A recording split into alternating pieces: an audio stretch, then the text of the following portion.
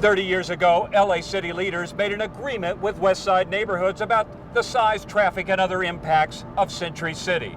Think of that agreement as a promise about what Century City would look like in the future. Also a promise that its traffic impacts would be limited and manageable. In 1960, Century City was born when 20th Century Fox sold off a big chunk of its back lot to various property owners. By 1974, the area was landlocked, serviced only by local streets. By 1981, the Los Angeles City Council and the mayor decided to create the Century City North Specific Plan. That plan promised that there would be limits on development and traffic. In fact, every project built since 1981 has been built in conformity with that specific plan, like this building over here and that one there and many others. The city and local property owners have kept their promise. The result has been a vibrant Century City community where people can live, work, shop, and play without the hassles that you find in other parts of Los Angeles. Now one developer, JMB Realty, wants to break the rules. That developer wants to build 2.5 times bigger than what's permitted under the established rules. Now make no mistake about it, when you break the rules by 2.5 times, you're going to get a lot more people, a lot more density, and a lot more traffic.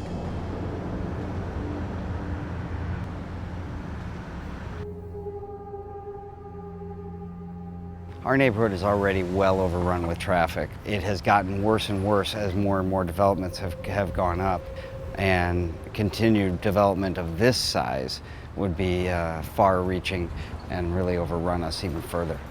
If you have a project that violates the specific plan, and not just by a little, but by a lot, and you're going to transform the adjacent neighborhoods, what happens is you make people leave.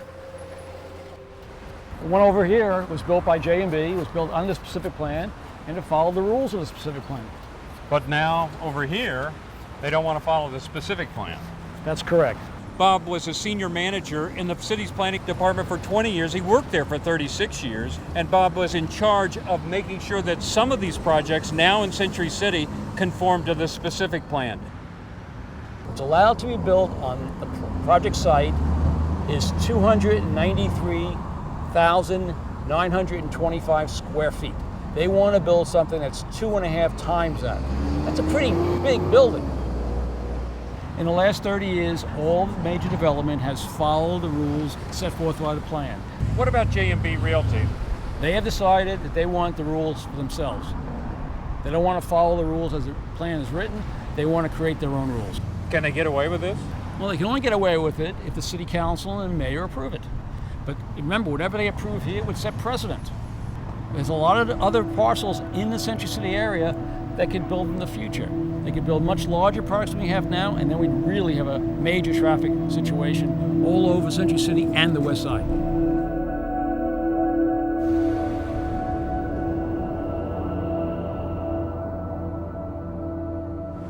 If JMB is allowed to build, it means more people and more traffic that impacts the entire West Side.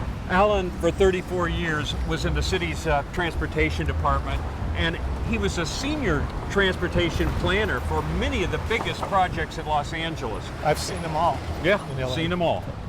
Obviously, the traffic around Century City is intolerable. JMB asking for an exception to this trip cap is a real serious mistake. The people around Century City are the ones who are most impacted by this traffic. And the homeowners are really, really frustrated about it. We talked to a lot of people on the West Side and in Century City. They're okay with development. They're just not okay with the jumbo-sized project proposed by JMB. JMB got approval for their residential project, but that was a residential project. Switching over to an office building is absolutely within their right. They should be developing that property. But scale down your project, give us this similar kind of project with less square footage. Barbara is the president of a homeowners association whose members are heavily impacted by everything that happens in Century City. Is that correct? That's right. We don't want to see the residential community around it become compromised and see people leave because of it. Right. Then it won't be a nice place to put office buildings. There's all sorts of wonderful places to go bicycling, walking your dogs. That's why people live here. And as a father of two, that means a lot to me. We're not anti-development. We would just like to see the development stick within the plan, as well as take consideration of the neighbors into account when they're building their projects.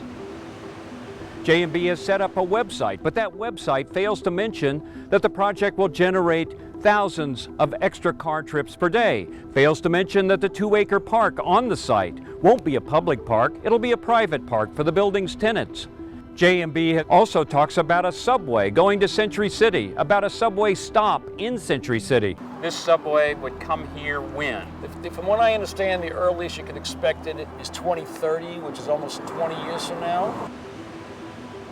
The developers don't live in our neighborhoods, and unfortunately, we, the West Side, have to live with the consequences. Changing the Century City plan in order to accommodate developers should not happen. If this project gets approved as is, we are all in for big trouble, because this will set a huge precedent for other structures that want to go up in Century City. We have the ability at this point, at this one precious point, to say no. If JMB can get what it wants on this project, how can the city say no to the next developer who comes along and wants the same special treatment? It could start a development stampede. Who knows where it would all end? Who knows what traffic consequences would result? Why can't JMB just play by the rules like everyone else?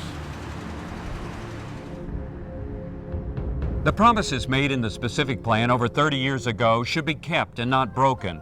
And what can you do to make sure? Well, actually a lot.